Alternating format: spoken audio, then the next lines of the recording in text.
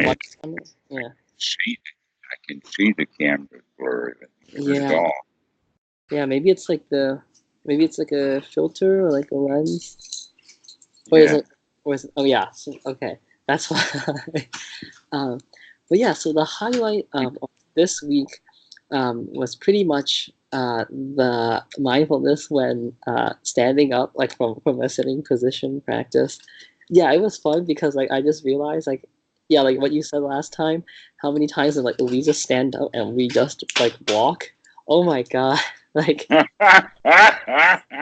it's kind of it like it's fun because it's like a new area of mindfulness to explore. So basically, during this entire week, I remember to be mindful at different points. Sometimes maybe like 15 minutes after I've last gotten up, like when I'm walking down the hallway, I'm like, oh wait, like that time when you just got up from your chair, like you were supposed to be mindful. I was like, oh, good job. um, That's exactly what we're looking for to happen. That's exactly what happens. uh, Is that sometimes mindfulness comes a little late. yeah, Comes a exactly. little late, and this is a really good exercise to point that out. Yes, we stand up, or we actually get up and walk the way, and we only take one or two steps, and Exactly. then it hits us. It hits us, which shows that we're only 1 or 2 seconds late. That's excellent. Yeah. That's a whole lot better than getting up and walking off and not even thinking about it at all. Yeah, so on sometimes, I get it like down, like maybe like within 1 second. Other times it's like 10 minutes. Other times it's like 30 minutes. So I was like, ooh, this is fun. So the the the the one that I most take note of is right after you're going to the bathroom, like because for us, usually when we go to the bathroom, we take out our phones and we poke around, like you read things or watch videos on the phone. So maybe one other thing is, instead of watching your phone like when you're going to the bathroom, just don't do anything and just know that you're going to the bathroom when you're going to like when you're sitting on the toilet. That's also something. Uh, okay. actually, Right. actually, the right way of saying it is Mm, pay attention to taking a dump. yes, exactly. Pay attention to what's going on with all of those things. This is actually in the most noble, high-handed way of possibly mentioning it. It's actually in the Satipatthana Sutta, Oh, but really? it is so high-handed or so erudite that it's hard to get. Oh, really? That this is, yeah, mindfulness at the time of dumping. Yeah, yeah, because it's like, if your phone is there, great. Like usually, what happens to me is like if the phone is there, you poke on the phone. Phone's not there, then you grab a shampoo bottle and you read the labeling on the shampoo. Uh, okay, So instead of so now you right? can actually, Mm-hmm. if you think about it, it's quite a relief to Mm, let that stuff go. right. All right. This is the time for a little Dhammana moment. Exactly. Exactly. Exactly. When you're taking that dump, that's a really excellent time to go, oh, what Ex- a relief. exactly. And then other like I mean, basically that was the highlight of the entire week. Like basically me noticing like, oh my God, it's true. Like we just get up and we bam like walk, and the mindfulness like reminder comes and goes like within like a range of 1 to 30 minutes. And I was like, wow, that's great. Like every time it comes back. So I've been playing with that like to get it closer and closer to immediately when I stand up. All Um, right. There's a couple of things with that. mm, The one is just a point, the other one is a new system altogether. mm, All right. The point is to begin when you have the intention of getting up, mm-hmm, okay? mm, Because in fact, the way that I used intention and used it strongly, mm, one of the other students, I think in fact it was Ashley, mm, who we were talking about the word intention, and it winds up being wanting or upadana, mm, wanting something, that intention to get up to go do something, even mm, if it's to do the bathroom or whatever it is. mm, But there is an intention to get up that happens before you get up. mm. So the way to work with this is with the right attitude. You Mm. now begin to have the intention. I'm going to think about getting up and then get up and stand the way that we're intending to. And you Okay. do that in advance before you get off your chair. Because if you get up out of the chair, that's going to be almost too late. Okay. So basically, just to review, I'm trying to catch the intention to stand up, and then at that moment when I catch it, I say, okay, then I'm gonna stop a little bit, and then I Right. stand up. Okay. Yes. Okay. In Okay. fact, so we're actually talking about a kickoff to mindfulness or a Yes. pre-mindfulness. Gotcha. All Gotcha. right. And the primary thing is he actually going to stop and stand up. Right. But this pre-mindfulness is the second. It's almost the more important one because it comes first, and that is that while you're still sitting there, you Hmm. have okay. I have now the new intention of standing, not Okay. getting out of the chair or Okay. not going. In Okay. fact, the getting out of the chair is only nothing. I see. It's the going. It's the intention of going. Okay. The urge to go to the bathroom, for Mhm. instance, will be the intention. Mm. All right. So whenever you have an intention that's about to take you out of the chair, note that. Oh, okay. So catch the intention to stand Catch like. the attention Okay. right before you stand up. Okay. What were you intending? All right. Okay. That'll help you to do it more often, but it'll teach you new lessons now. Gotcha. Yeah, because I think the next thing that I was gonna toy around with, I would just basically sit in the chair. Um, I guess now, like, yeah, catch the intention to stand up, change like add in like that mindfulness intention to just change the way we're standing first, and then maybe do it like 10, 15 times so my brain knows what to expect, and then just let it run naturally. I think I was gonna do something like that to make it get it used to the fact that oh, it's a lot better now. Yeah, it's a lot better. The camera. Yeah. It must have had a Uh-huh. bunch of bullshit on it. All we had to do is give it a wipe. Yeah. So yeah, I think that's what I was gonna like play around with, just stand, sit, stand, like just do that like 10, 15 times, just so like it knows what we're doing here, and then just let it run like normally, and then do that. I think that would help. Yes. Okay. So let me also type an update in the chat, because as usual, sometimes it's not convenient for me. Before you do that, let me give you that other thing. Sure. Yeah. Because, in fact, you've already touched on it. Mm. Okay? What we're going to do now, we've already added the situation of whenever you're getting out of a chair, you get up and you stand up and you Mm. momentarily, okay? Now the new one is every time that you sit down in a chair, Mm. you sit down with nibbana. You really go, whoa, and give yourself a real joy I of see. taking a load off, literally. And so take a load off physically, or figuratively, rather. Okay, I see. Gotcha. And whenever you sit down, really take a long, strong nibbana moment, just like taking a dump. Really let it be here now. Okay. Okay. Okay, so we've added two things now. One is the intention Mm. to stand, or Mm-hmm. the intention of getting out of the chair, or the intention of going someplace.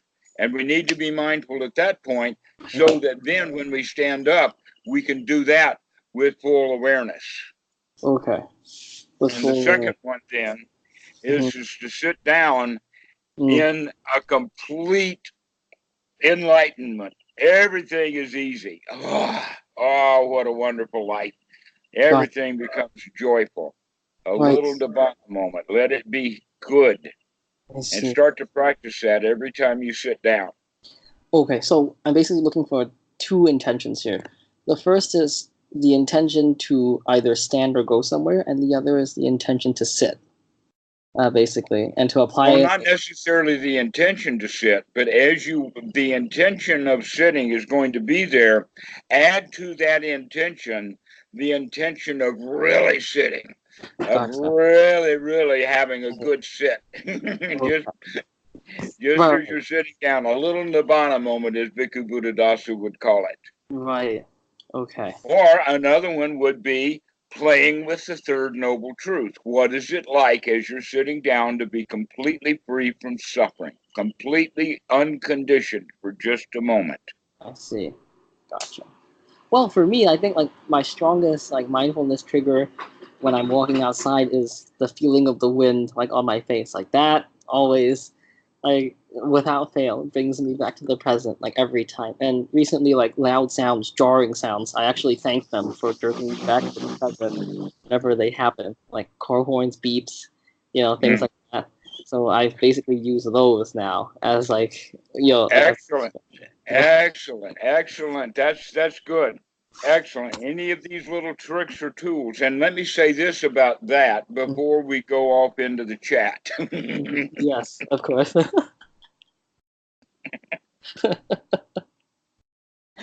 And that is the issue of the startle reflex. Loud sounds. Mm-hmm. Now, for some reason, as you're progressing in the Dhamma, we don't react the way to those loud sounds that we used to. Yeah, Exactly. it's really That you don't have the same startle reaction that other people around you have. I don't like it's more like now I don't have that strong like that. It's more like a gentle I can see the attention shifting there, but it's getting calmer now. It's I was like, yes, loud sound like that. Like that's like when the door slams or something. That's the reaction I get unless I'm tired, like mind's dull, not paying attention, or like I'm doing something on the computer, then that's when I kind of get startled. But other than that, yes, it doesn't have that same like I don't know what it is, like I guess draw as it used to. Mm-hmm. Yes. In fact, whenever you do feel a little bit of a startle, Mm-hmm. recollect that before that would have been a big startle. And here in Thailand, we've got we don't actually very often have loud sounds. Yes, the wind will blow the door shut. Yes, we do have really close lightning that will really just, everybody goes startle reflex. And I'm sitting here watching everybody do startle reflex. And I love it. I love to watch everybody go startle. But there's a new level of it. And the new level of it is here in Thailand when the geckos above, like the birds above, will crap on your head. Oh, dude. Or the gecko will miss his landing and land on your shoulder. And I've had that. One of them, actually, this one just happened not long ago because this was interesting. Mm-hmm. And I'll tell you the story first, but I want you to get the intensity of what happened as the reflex of the actual thing, that the cat was in the tree right here. This tree that Uh-huh. I shaking, and that cat jumped right out of that tree and landed right on my arm. This laying here on. Go whop! That cat landed right on my arm, and I take a look and I say, "Oh, it was the cat." But I had to look at the cat because I could feel that. What the hell Wait, is what was coming that? up? And so that was the closest thing I've had to a startle reaction in a long, long time. But that was enough to have a startle reaction over, I think. Oh my god. Yeah, so I feel like And it was my problem Mm, because I didn't know and didn't keep track of the fact that the cat was in the tree. I If see. I had known the cat was in the tree, which I should have known. I mean, why should I allow cats in the tree right next? Okay, I should be mindful of that kind of thing. And so it was that loss of mindfulness Mm-hmm. that allowed the possible of the startle reaction. If I had known the cat was in the tree, then when the cat landed on the arm, I said, "Hi, kitty." I see. Okay. yeah, so I guess it's like more motivation to pay like closer attention at all, like ever increasing resolution, right? Like this is like Hmm. more time alone. Life is full of good things to play with. This is a lovely life to have with all of these startling things happening, noises and cats jumping and geckos crapping, and also the bugs that land. Let's see. I was in bed the other night, Hmm. and I could tell that the bug was on the cloth, the blanket Hmm. or the bed covering. Hmm. And when the bug crawled actually off the bed covering onto my shoulder, I said, "Okay, now it's time to go." And I was grabbing the bug to push it away. Hmm. It wasn't a bug at all; it was a gecko. That's a surprise. Yes, but the surprise was because of the softness and both the softness of his skin and the largeness of his body. Oh, But I was actually able to have the mindfulness of not throw him away like what the hell, but rather to sit him down on the floor. oh wow. This is like the monk with the going to the dentist appointment with no anesthesia. Just like relax, Yes, like easy, just and like, that happens commonly. It really does. yeah. Us old monks, we said we can do that. The question is, can we keep our hands relaxed? Right. Or do you watch the hands tense up? That's especially because the chairs that they have these Oh, places for hand, those things really wear out really fast, those hand grasps, because everybody is really tight fisted. They grab hold of things. oh my And god. so can you actually keep your hands relaxed while the dentist is in there grabbing that tooth that you didn't get filled 5 years ago and now is rotted out? And he's a Lowry dentist, so he's going to do this free of charge, and so you expect him to not have to uh, pay the fee of the anesthesia. Yes, I haven't actually talked about this very much, but yes, this was quite uh, quite a lot of the training Mm, that went along in the sense of the not just the training but the testing. mm. The testing of you think you're a lion already? Well, you sit there in that dentist chair like a good lion and see if you can get your teeth pulled. Oh my god. I see. All right. I think. Uh-huh. It's a test of strength.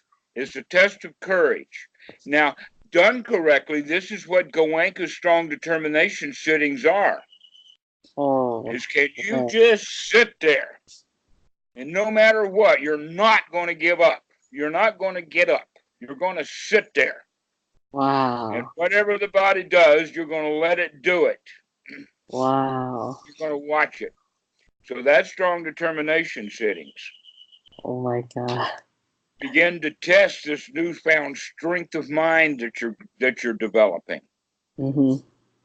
I see. And there is so much about the old ways of the Buddhist monks. Mm-hmm. But let's face it, really, Mm-hmm. 2,500 years ago, times were tough. Right. Literally. I mean, they really were tough. And we're not talking about lack of electricity and lack of cell phones. We're talking about lack of footwear. We're talking about Right. how difficult it was to get cloth. Right. That Just cloth basic. was Yeah. Yeah. very difficult to come by. Almost all of the monks had, in fact, there's a whole part of the robe this for a piece of cloth that comes out of the charnel ground. That there's one particular piece of cloth in that big robe that represents this piece of cloth is from a dead body. Ooh. Nice. Nice. Nice. Yeah, I mean, like they didn't have like good medicine back then. The average lifespan was probably like around 30 or 40 if you were lucky, right? Definitely. Right, and so when you hear these stories, I guess that when the stories were written, that it was more impressive because when we hear of someone dying at the age of 80, we say, "Oh, no big deal." Wait a minute, this was Yeah, 2,500 years ago when yeah, the Buddha lived to the age of 80, and he was outlived age-wise. And also King Pasenadi was the same age, and they died in the same year. Right. And that there's another monk who I've guessed at the very, very minimum of he would have been about 80 also. Mm-hmm. And so these monks, they lived a long time, partly because they had done things that had toughened them up. Right. These were tough dudes. These were lions. These guys were not, oh, I'm sick today. And they'll take it all from the arms rounds because, you know, Right.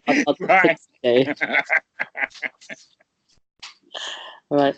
Okay, so I gotta go in like 4 minutes, so I'm just gonna wrap up a little bit. Oh yeah, sorry, we don't have much time. Okay, so go ahead with your chat now. Right, so I'm just gonna summarize. All right. Okay. Okay, one sec.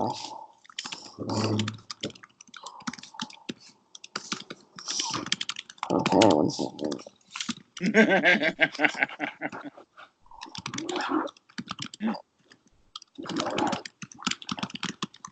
Oh, great. Yeah. That's good to hear. Yes, he's had a second one. Yeah.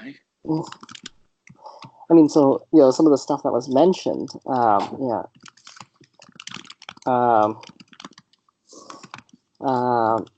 One second. Okay.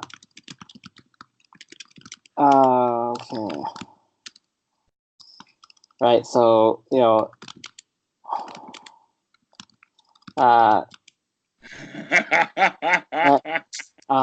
and I think it's like you said, okay, one second. So basically, you know, that's the, I guess, like the quick update. And so. Okay. All right. Let me say one quick thing. Yes. Remember that conversation that I had when your mother was there about there are really good instructions, there's good advice everywhere? Right. All right. And the difficulty is to remember them at the right time, and that's why we practice Sati. So everything that therapist is telling him is correct. Right. But what we haven't talked about is how does he practice this? How can he get it going? Right. So that's your job on a natural level to try to help him figure out how now that he knows to pay attention to his five senses, you can start pointing that out to him. Right. Exactly. What does this see? Okay, what do you hear, Dad? Right. You know, that kind of thing, and start getting him into the present moment in his senses. Right. Exactly. So I hope, you know, there's going to be some more updates on that. And like the last thing is probably mindfulness of I think like speech, right?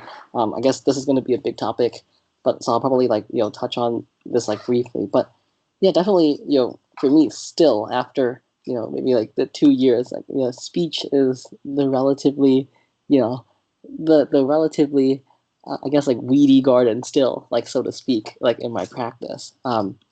So I'm thinking, you know, maybe in the same like vein as the sitting, like the sitting and the standing practice, could I catch, you know, intentions of, you know, when I am trying to speak, or, you know, make the, you know, raise mindfulness when I'm trying to listen or something like that? Let's take the easy approach.